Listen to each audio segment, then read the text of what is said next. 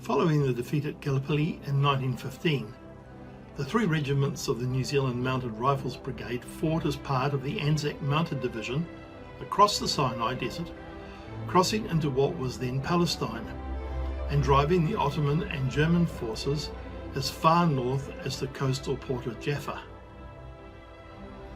On October 31st, 1917, they captured the Ottoman stronghold of Tel Saba, opening the way for the Australian Light Horse Brigade to capture the strategic water wells of Beersheba.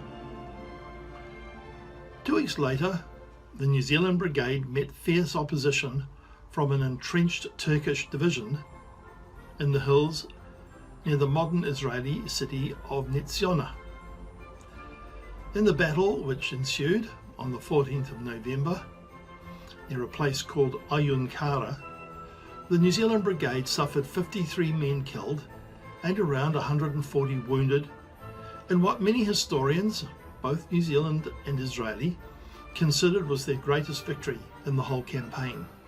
The Silver Fern sculpture project is a creation of a 4.5 metre high stainless steel three-dimensional silver fern that's going to be erected on a historical battle site in Israel from World War I. It represents the battle, but beyond that the 18,000 soldiers that served in the Holy Land or the Palestine campaign. The particular battle where it will be erected was called the Battle of Ayun Kara. It was fought on the 14th of November 1917, and it was a turning point possibly in the war. It was a fierce battle that cost the lives of 53 New Zealand soldiers, some 200 wounded, and they were outpositioned, they were outnumbered, they were outgunned, and they were able to be successful on the day. And it's quite important history for New Zealand. It was the very first military battle fought under total New Zealand command. Prior to that it was largely English command, so we feel like it's worth remembering.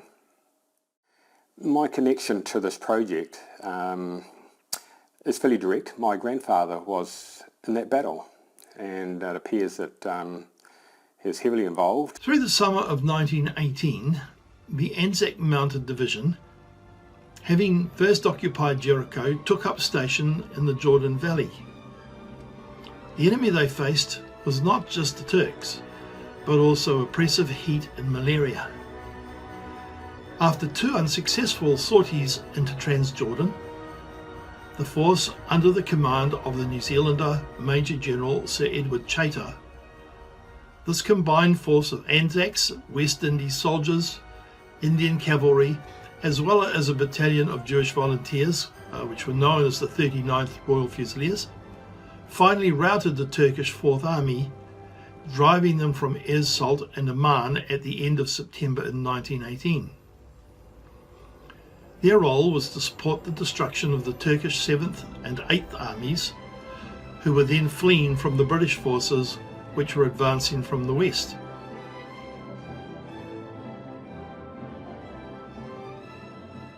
Nearly 18,000 men served in the Mounted Rifles during these war years, yet there are very few places which commemorate their service in the Holy Land. In 1927, a memorial was erected to the members of the British Expeditionary Force. It was built in the British War Cemetery on the hills of Mount Scopus in Jerusalem. The beautiful mosaics which line the interior of the little chapel were paid for by the New Zealand government. Unfortunately, the chapel is only open to the public on special occasions, such as Armistice Day, so they are seldom on display. In 1957, an Anzac Memorial was erected to commemorate the Anzac soldiers who fell in the 2 battles of Gaza. This memorial is now incorporated as part of the Anzac Trail, which was an Australian commemorative project for the 2017 centenary. Unfortunately, its close proximity to Gaza places it within a potential war zone.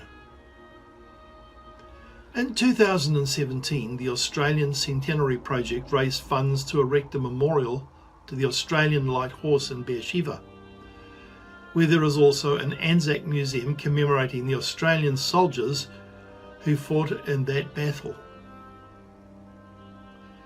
There is only one memorial to the New Zealand Mounted Rifles Brigade, which is located in the grounds of the Ben Gurion High School in Netziona. This memorial was erected by the local Israeli community, and since 2018 has served as the sole commemoration site. Because it is a gated school, access is not open to the general public. During 2018, a project to erect a memorial which would honour those New Zealanders who served in the Middle East during World War I, as well as those who died in the Holy Land, was begun. This came about following several visits to Israel by New Zealanders who had an interest in the history of the NZMR Brigade. In the course of our research, and in partnership with Israeli friends and supporters, we learned that the soldiers who died at Ayun Kara were at one time commemorated with a wooden obelisk on which names and regiments were recorded. Once the soldiers were reinterred in the Central War Cemetery at Ramla, this obelisk was lost. Our Israeli friends were interested in New Zealand supporting a replacement for this lost memorial when a chance discussion between friends in the foothills of the Kaimai Ranges back in New Zealand came up with what seemed to be an even better option than replacing the obelisk. Standing nearly 5 meters tall and built of marine grade stainless steel, a silver fern sculpture graces the entry to the Serona Park estate. This icon seems to be the ideal symbol to represent the New Zealand men who served in the brigade, since it is a symbol which appears on the grave markers of fallen New Zealand soldiers in British and Commonwealth war cemeteries around the world. Our plan was not to steal the original sculpture, but to manufacture a replica of the original design, and then to send this as a gift from New Zealand to Israel. We presented this proposal to our friends in Israel, as well as to the municipality of Netziona, which is a very progressive city located some 25 minutes south of Tel Aviv. Well, we received an enthusiastic support for this project. The memorial fern, when it's erected, will be given a prominent site in the city, and hopefully will be a place near the landmarks which describe the battle site of Ayun Kara. Our hope is that future visitors to Israel will include the stopping off point in their itineraries, and in the process come to appreciate the extraordinary service which the New Zealanders rendered in breaking the 400-year-long control of Palestine, of the Holy Land, by the Ottoman Empire. The challenge for us now is twofold.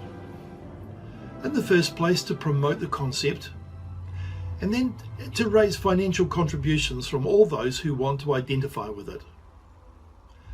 Our initial budget, which will see the fern sculpture built and exported to Israel, will cost in the vicinity of $25,000. We then estimate a further $25,000 will be required to complete the installation in Israel. Those who would like to make donations can make them to the following trust account, which has been established for this specific purpose. Also, further information can be requested at israelfern2021@gmail.com.